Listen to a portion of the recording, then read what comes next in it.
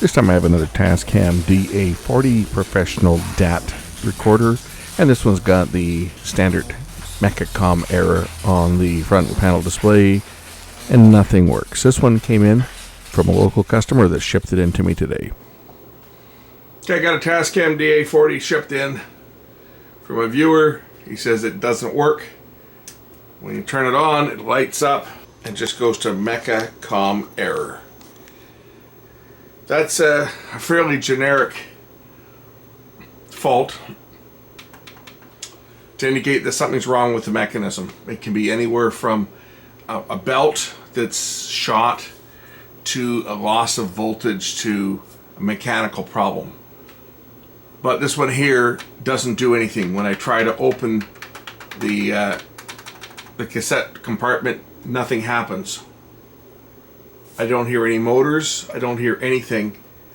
The display doesn't do anything. Nothing works.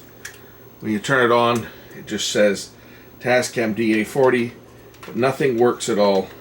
So let's get the top off it. This unit is pretty clean. We look at the inside. Nothing obvious. Like, I don't see that anybody's done any work on this.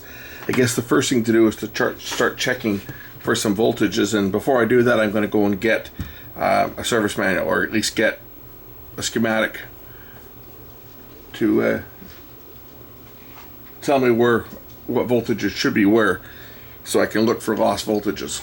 I got the manual for this unit, and there's no schematic. Wonderful. So let's just start looking for voltages coming off the power supply here, because we should have, like, I think plus and probably +5 and -5 and maybe +12. Let's just see what we've got here. And this one here goes to the mechanism, I think. 0, 2.5, 0, 8, -14, 0, 15. Okay, I'm seeing 2.5 where I think 2.5. I think that's supposed to be 5. I had a failure of one of these before on my own that I had about, I don't know, 5 or 6 years ago, I guess. And it was one of the regulators in the back here, and I'm thinking it. I'm kind of hoping that that's what it's going to be, actually, because that is the most likely culprit. I don't know if I can measure down here. Not where are they? Regulators are down in the back here. And what do we got here? Nothing. 0 volts. I don't know if you guys can see with my head in the way. 2.5. I think that's supposed to be 5 volts. You know what? I think that's supposed to be 5 volts. That's this regulator here, and if I'm not mistaken, that was the one that was bad on my machine all those years ago. What do you think the chances are of having another regulator that's bad? Probably pretty good. Let's change it. I think I've got a 5 volt regulator here. So to get at this, I have to remove the board. Got to remove the mechanism. I don't know whether this thing needs anything else, whether it needs belts or anything, but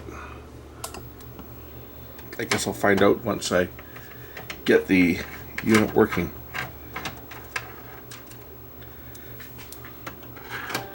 Now, I just remember I had this on my other one. This regulator went bad. It doesn't mean it's bad on this one, but that's the first place I'm going to look, just because it's happened before. And typically when parts fail once, they will quite often fail a second or third time. You'll start seeing the same faults.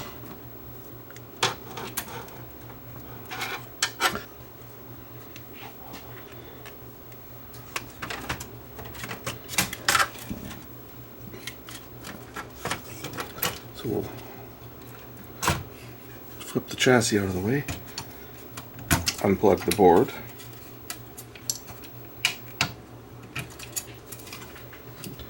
And then there's a couple screws that have to come out, one at the back and one at the front, and 4 around the transformer. I think that's all that needs to come out on this.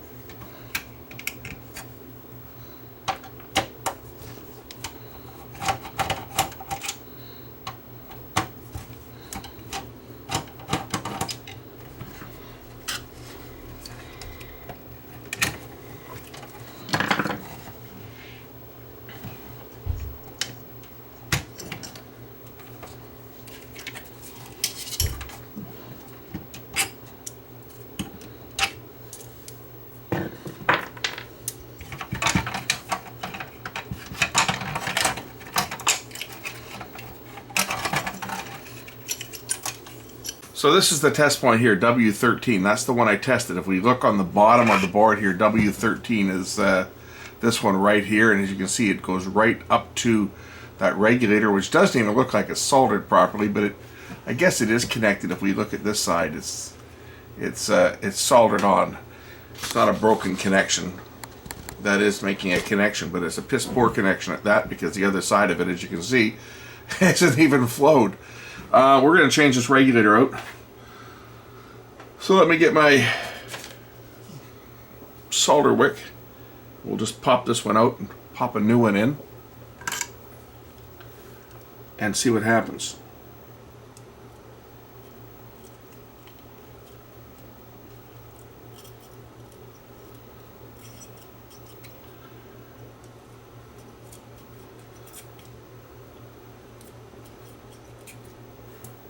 I'm fairly confident that this is going to fix it, and I'll fix this in record time. But that's only because I had one of these like 5 years ago, my own machine that popped. So let's get this other one out of here. I'll go and grab a new one. I have a few. I've bought a few of them. So I do have some 5-volt regulators on hand. I've even got some plastic back regulators now too, even though a metal one will work fine on this, because this unit here is this is grounded. Anyway, let's go get a new one. Okay, new part here. We'll get some of this stuff. Gotta mix it up. It's been sitting around for a while, so it's kind of separated. So we'll just mix up some of the old Wakefield silicon dielectric, or I should say heat transfer paste. This stuff is really old. Don't ask me where I got it. A buddy gave it to me, like probably 25 years ago. This was full when I got it, but it works good. It's just that when it sits around for a while, like it sits around for a while here every time I use it, because I don't use it every day. So once in a while I have to really stir this stuff up, get the silicon oxide and the silicon oil mixed up good.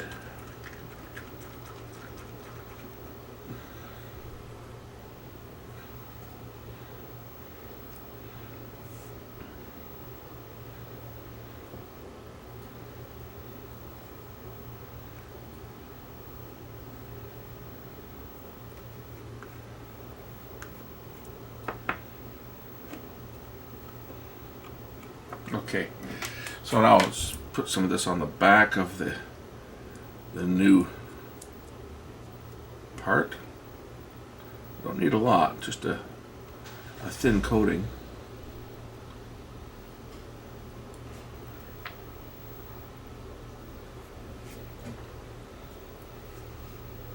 I try and save all of this that I can, so I don't have to buy any more stuff for a while. So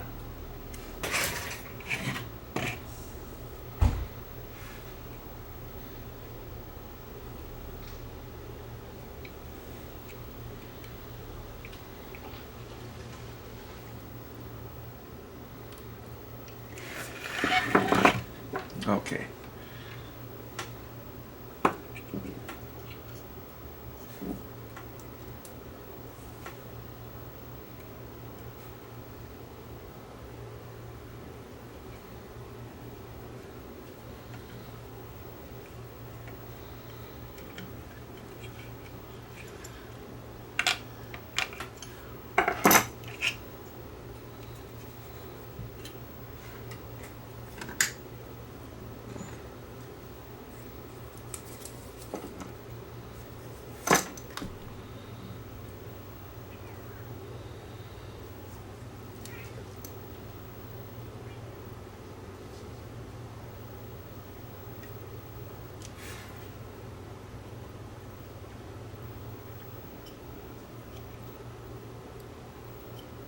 You know, after all that rain we had the other day, when I was filming the last video, that was just coming down in buckets. Today was a nice sunny day out, and I took the Harley out for a ride because I only have a few more days where I'll actually be able to ride it this year. My insurance expires in a couple of weeks, and plus the fact that it's going to be getting cold and rainy and ugly, and I don't ride on two wheels in the bad weather or in the dark. I'm one of these guys that, for me, it's a toy, right? I only ride it if it's absolutely clear, there's not a cloud in the sky. That's when I ride. And I took it out today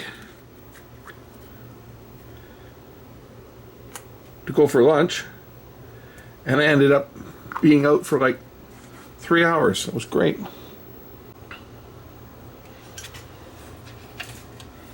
So power supply.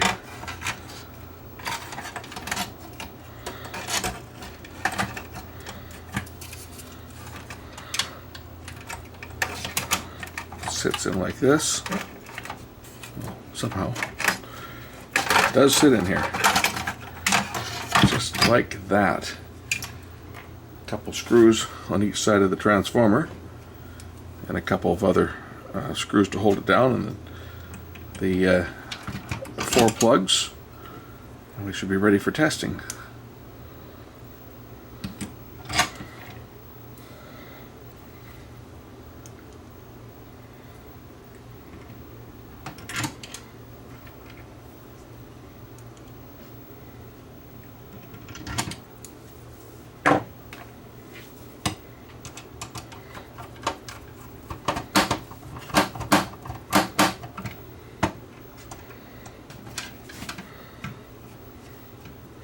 You notice that they put a cutaway in the metal of the chassis to make it easy to get a screwdriver in there to put the screws in. This one's a grounding screw, so I want to make sure this one's all the way tight.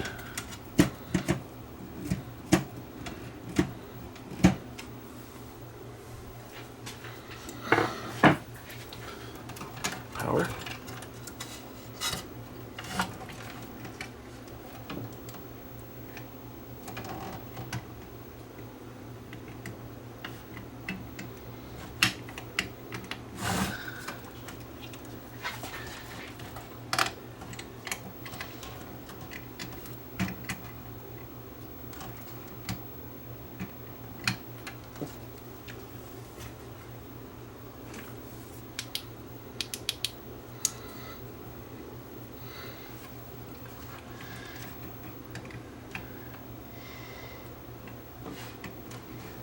Sometimes it's just easier with a flashlight. See what you're doing. Okay, those two are in place. I've got some other connectors here to go in. So it's like a 5-pin. It goes over here.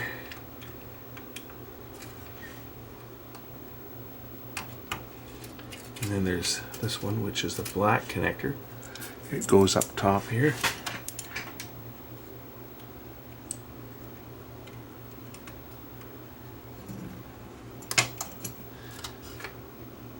White connector and a red connector. Red goes down here, and the white one I'll put the chassis back in first. It's attached to the chassis, so it's a little bit short.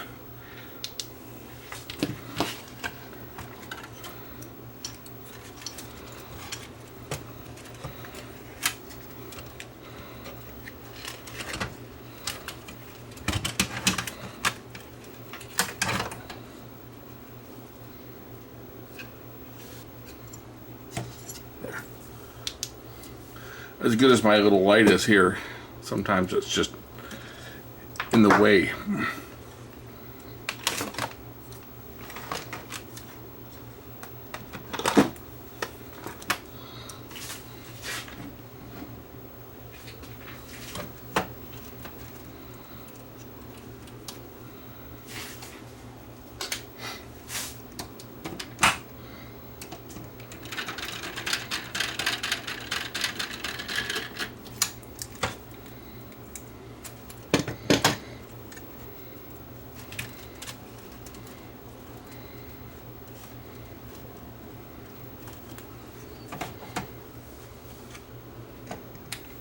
I'll just put one more screw in just to hold the chassis in place, and then we'll try opening it.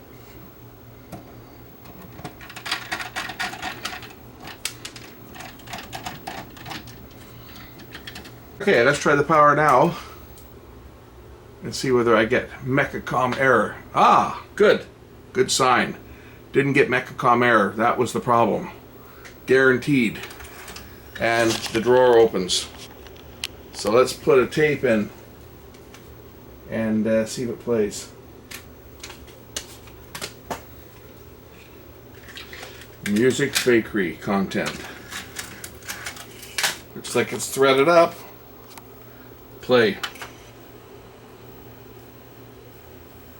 Okay, I see activity on the meters. Do I have sound? Yes, I do. Excellent. So that's the second time I've seen that fail on one of these. I would say that seeing two of them on two different machines with the same fault, the 5-volt regulator causing the Mechacom error, that this is probably something that you guys are going to see on these machines when they fail.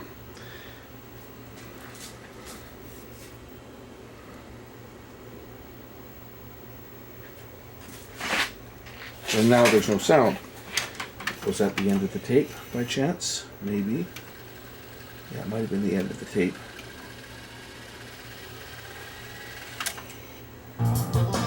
Yeah.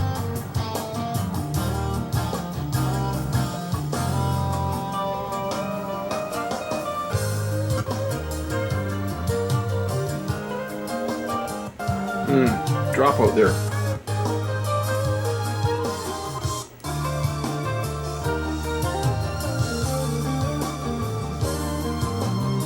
Might be the tape. The tape's pretty good. Let me try a different tape.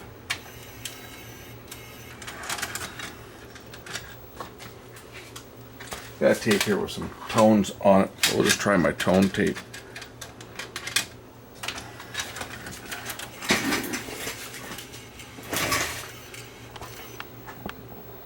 This one's just got a 440 tone. It's got 30 seconds of silence, which is the time code, and then it would go into just tones. So when it hits 30 seconds, we should have tone for like two or 3 minutes. I've got it recorded at I got the same tone recorded at like -2, -24, and of course silence, and at 48 kilohertz, 44.1. and 32. So this is the 44 kilohertz recorded at, I guess it's -2, -3 looks like.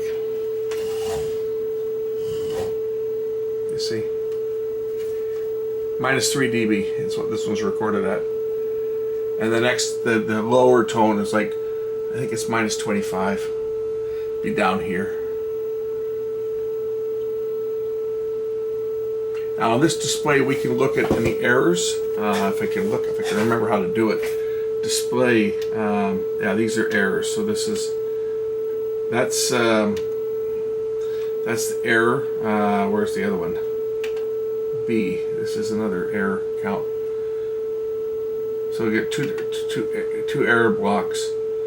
So the errors on here is actually pretty low. This is our real-time bit error rate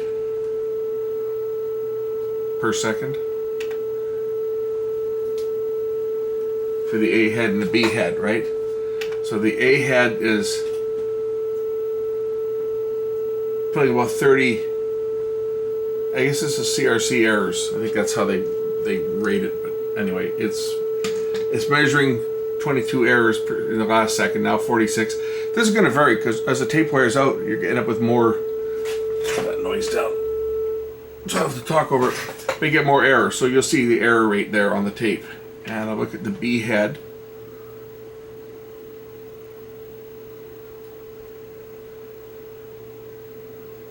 Now this unit here, this next one, and then that's the frames. So on digital audio tape, there are 32 frames that are recorded per second.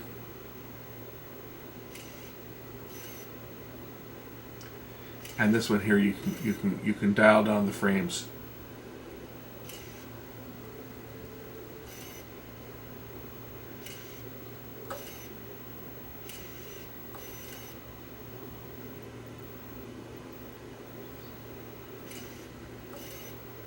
There's 32 frames per second, except for on the third second, then there's 33. I believe that's how it went.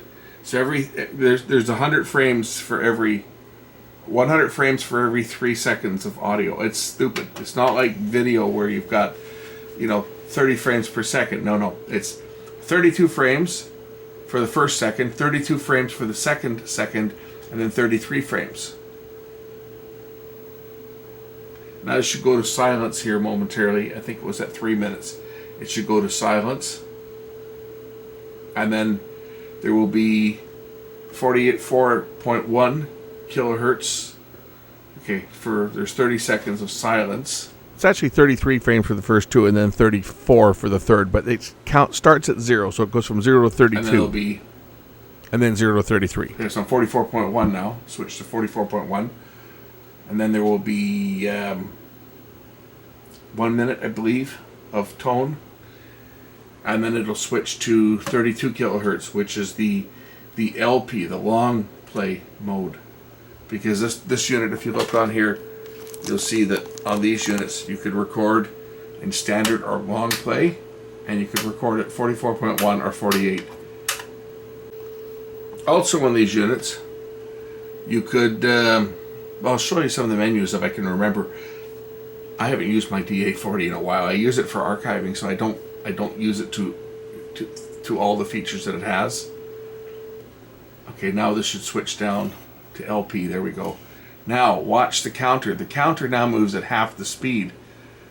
You see, there's still only 32 frames and 33 frames on the third second, but the head drums drop from 2,000 RPM to 1,000, and you have the frame counter moves at half the speed, and the actual time is half the rate.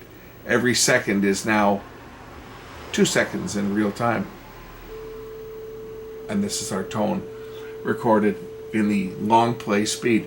Long play speed give you 4 hours on a 2-hour tape, or 6 hours on a 3-hour tape if you use one of the longer tapes. And what it did was, with a 32 kilohertz sampling rate, the frequency response was cut off at 15 kilohertz. And people will say, well, whoa, 15 kilohertz, it's not going to sound very good. And it actually sounds quite good, because the frequency response is flat right to 15 kilohertz and it stops. And believe it or not, the 32 kilohertz mode was used by a lot of radio stations that use these for logging and also for backup.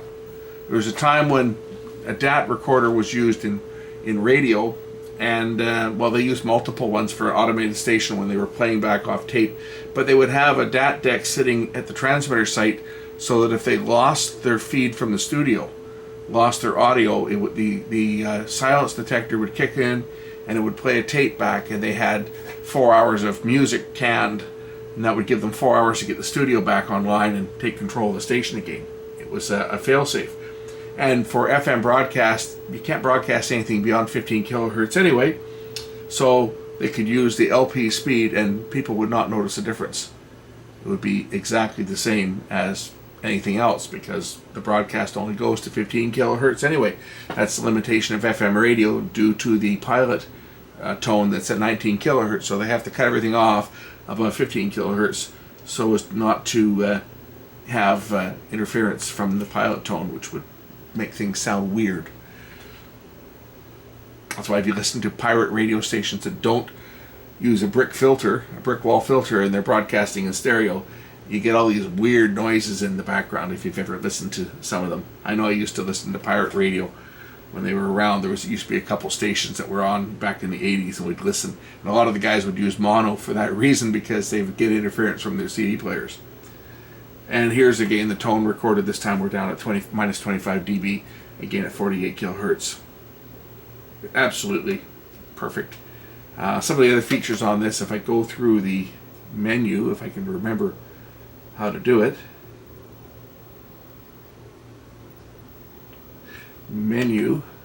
Oh, this one got 238 hours on the drum. Not bad. That's a really low hour drum for a machine this age. I think mine's got around 250. Mine doesn't have a lot on it either. Maybe 260. It's got a few more than this, but that's pretty low hours. Error point data, P mode. I'm trying to remember how these work. Edit pre-roll 1 sec. Reset.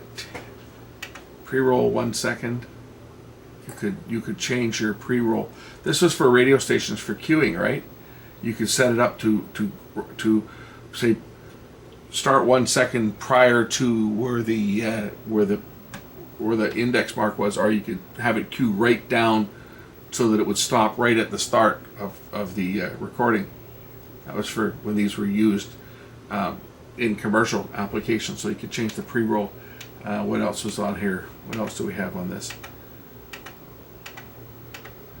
I was going to go, I'm trying to find the total errors. You can read, oh, it shows me where the errors were on the tape. Let's log the errors, error points. Log the absolute time where a critical error was detected on the tape. And where else are we here?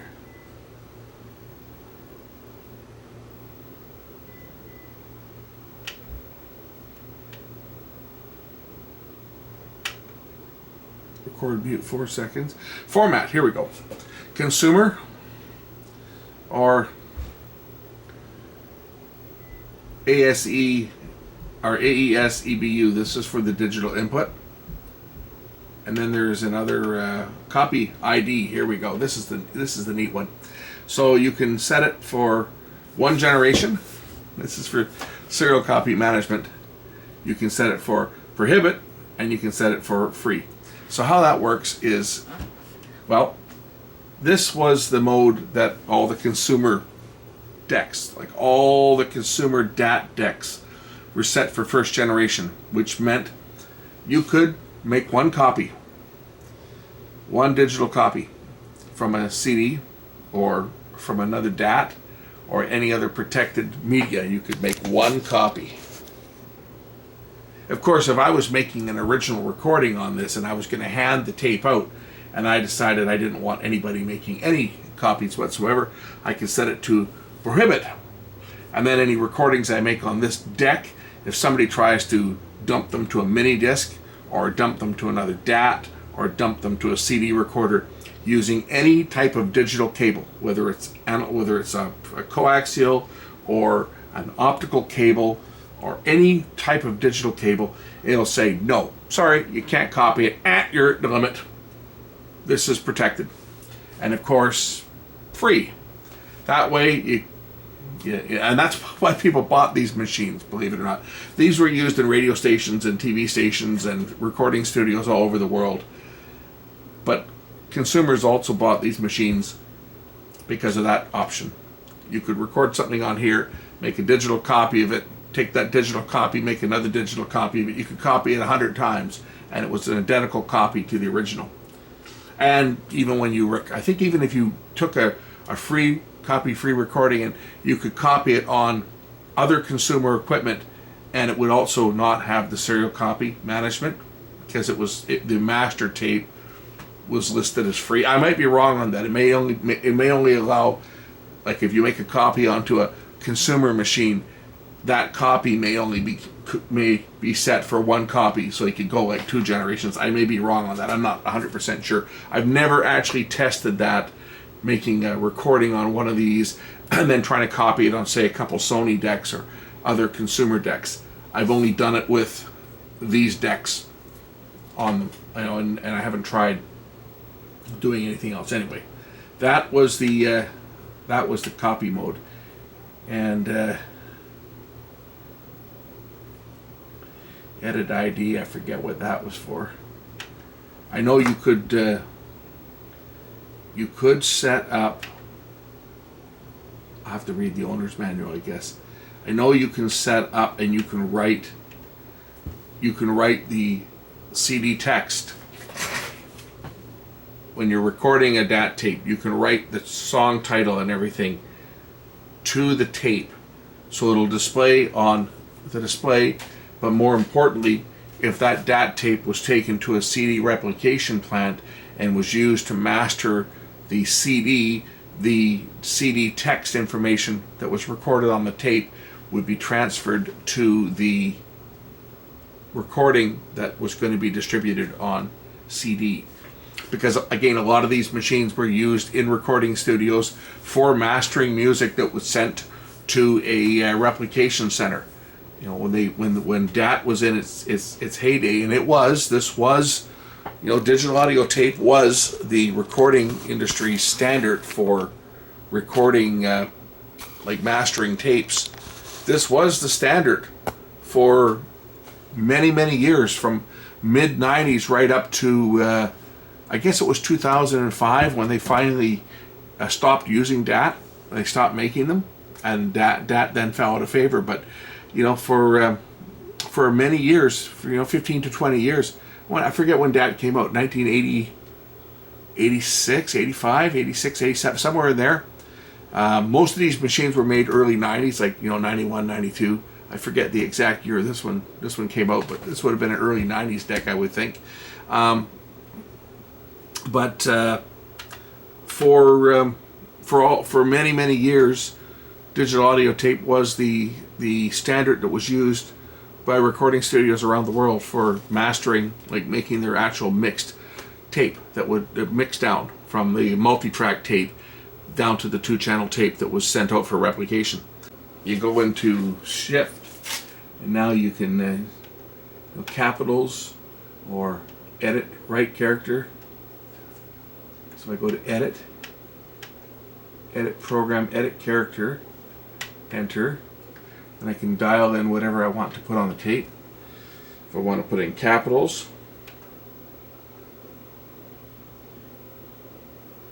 right, I can dial in. If I want to put tone, I could do T. I guess I didn't do that right. Where's my shift to the next character?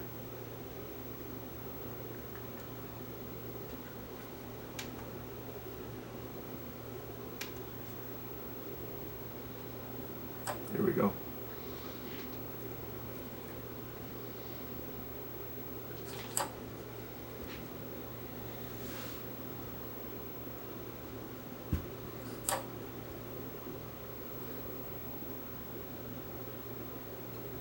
So if I wanted to have the word tone recorded on the tape, of course I have to be in record. I don't think I can do it on play on this. But you enter the information you want, and then you do your recording. And then to get out of that, right character. And enter. Tape top, right character.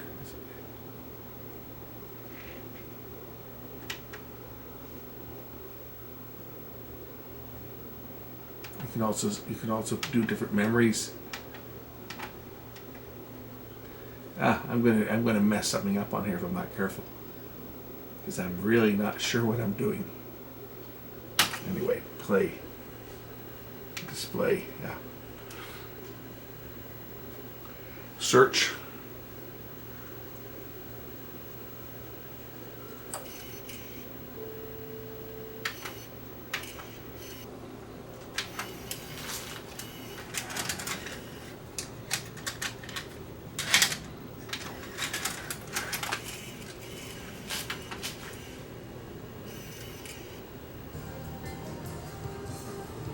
Anyway, this one's all done. Let's take a look at our errors on this tape. Display. How are my errors on this one? Not too bad. 34, 30, 44. This tape's recorded in 44.1. I recorded this on my DA40.